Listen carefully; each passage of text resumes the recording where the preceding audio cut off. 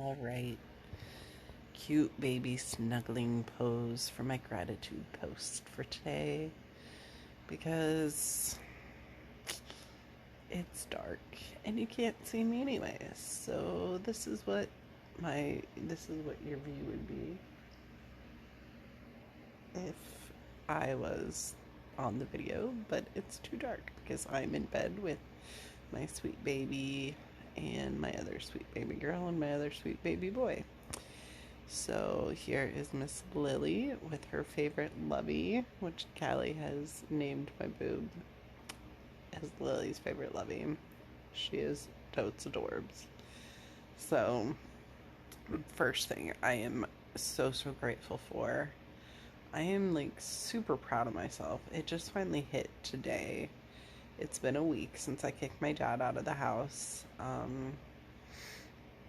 For getting in my face and yelling. I mean, in reality, that's what it got to. It was before then that I kicked him out because he came into the kitchen and was not respecting my space with my mom. Trying to come in and block us from having a conversation because that's what abusers do. Because, well, there's a chance we might talk about the abuse, right? Which is exactly what I did when I kicked him out. So his worst fear was coming true. God, that all makes so much sense now. With his love bombing after too, with my mom, of saying that conversations, that my mom and I can have private conversations again on the phone, which is such a manipulative thing to do because he's obviously never going to allow that. But again, he knows that my mom and I were alone together in the house, so he knows I talked about it because he knows I don't keep my mouth shut. Not anymore, thanks to my amazing Mojo therapist. I'm learning, I should say, how to just speak up and speak my truth. If somebody doesn't like it, oh well, that's fine. If they want to get defensive about it, well, maybe that's because they should be listening.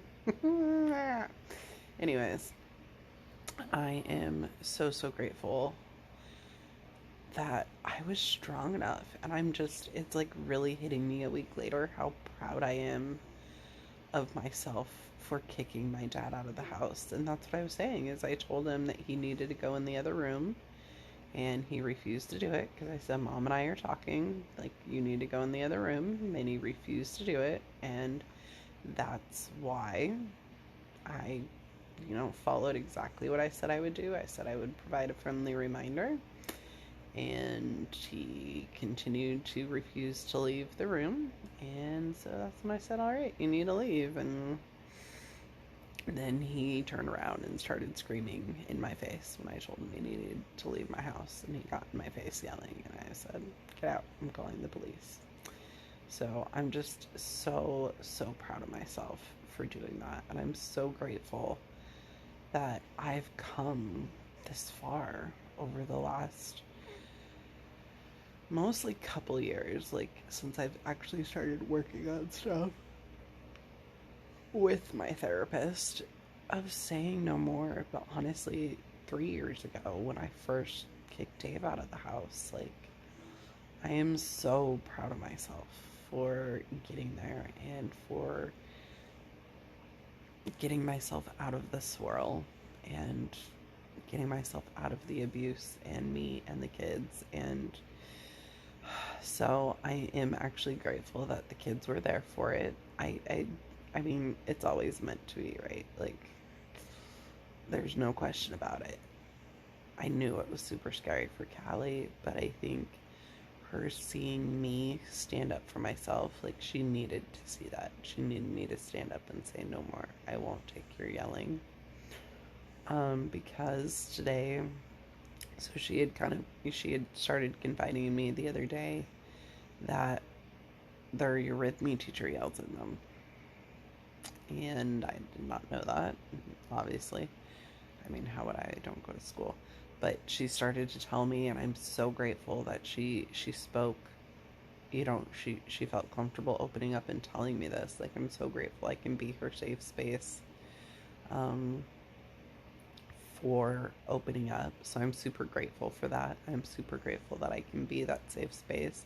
And I'm so proud of her for speaking up and telling me. And then tomorrow she was supposed to go back to school and she just had a huge meltdown.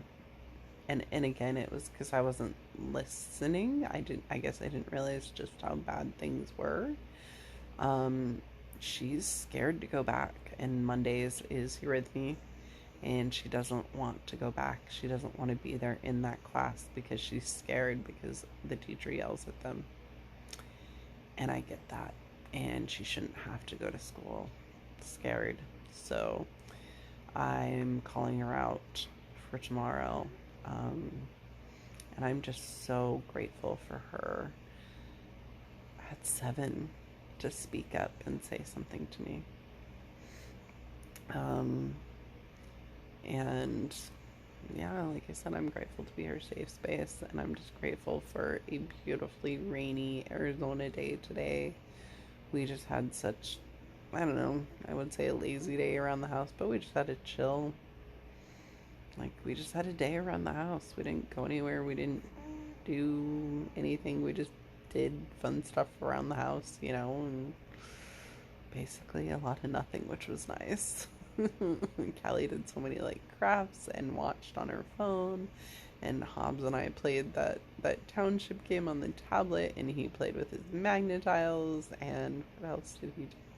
We did go outside some, but it was honestly pretty cold and rainy, and we just kept coming back in each time.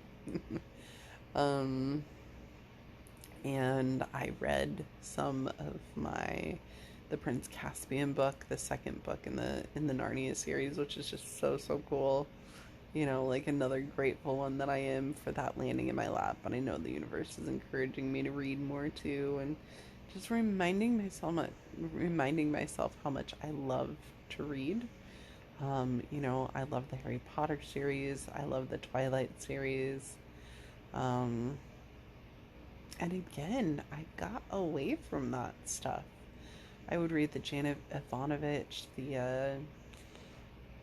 she's a bounty hunter. They were really funny, and then they just kind of all got to be the exact same. And but in the beginning, they were hilarious, like with the grandma, and her love life dilemma between Ranger and Morelli, and just yeah. But that's the thing, is I got away from reading. And I love to read, and I just realized that I read James Patterson book for my first one when we moved out from Colorado to Illinois. So that was halfway through 8th grade. That's way too young to be reading James Patterson. There's no way my parents would have let me. Anyways, I can't read that stuff anymore. I don't want to read that stuff anymore, I should say. That's the whole thing. If we're putting our mind on that, that's creating our reality, right? Like, it's creating a scary reality versus I just want to read all the fun, joyful, magical books. And then I talked with Callie today about manifesting, because I'm still not quite sure how to handle this, but I can see her getting there, and it's really, really cool, because basically that was the first thing, is her standing up and saying she doesn't want this teacher in her life. And she tells me that Dave's parents yell at them. I think it's mostly Dave's mom. And I don't know what I'm supposed to do. I don't, because most of me wants to be like, she's not going. She tells me that your mom yells at them. She is not going to your house while they're there. But I don't want to use the kids as a pawn, because basically they could just go pick them up from school and I wouldn't have a single say in it. Unless I kept them home for the whole week, and then they can't come and do anything about it. They can't come take her out. But again, it's just like this. I guess if Callie throws a big fit crying and says she doesn't want to go, then I guess I just keep her home from that too. And Yes, I don't know. I need some help and some guidance, but I basically am helping her also manifest that. Just tell the universe what she wants. And she said she talks to God in whispers. I said, okay, so tell God you know, what you want then. So she was so sweet whispering in my ear, and she's so sweet when she asked this. And I was like, girl, you need to demand it. And she was like, I don't know how, I just want to. I was like, nope, sorry, I shouldn't be interfering. You ask God, and however you want to need to ask. And so she was like, I wish for this, that. And she was just so sweet, that you please take them out of my life, or something like that, she said. And for that, I wish. I was just like, oh my goodness, she's just so sweet, and so, like, even when she's asking, she's just like the sweetest little girl. And oh my goodness, I'm just so amazed by her, and so grateful that, like, I get to bear witness of her growing up too.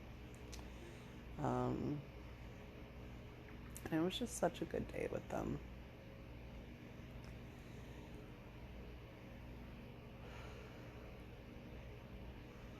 I'm just grateful that she's being the change too and speaking up. And she told me that she feels comfortable telling me stuff, and she said, Mommy, I tell you all the secrets. Well, most of them. She said, but I'm scared to tell Daddy. I'm talking to her about that too, and she's scared to cry there too. And I tell her she should never be scared to cry, and she should never be scared to speak up, and that being vulnerable, helps her know who to trust, and that she should pay attention to that, and, have the people in her life that she can trust. So she's getting there too, because I never want to badmouth, her dad, but I can see her slowly getting there on her own too. She deserves so much more, so much love. We all do. That's another thing for sure, that realization that eventually when I do have a partner, that is going to be one kind, caring, compassionate man, and he's going to have to be so freaking understanding because of all that we've been through.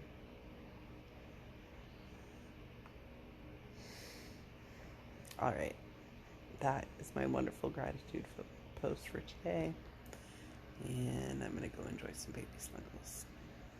Happy New Year, 2023, geez. Whew.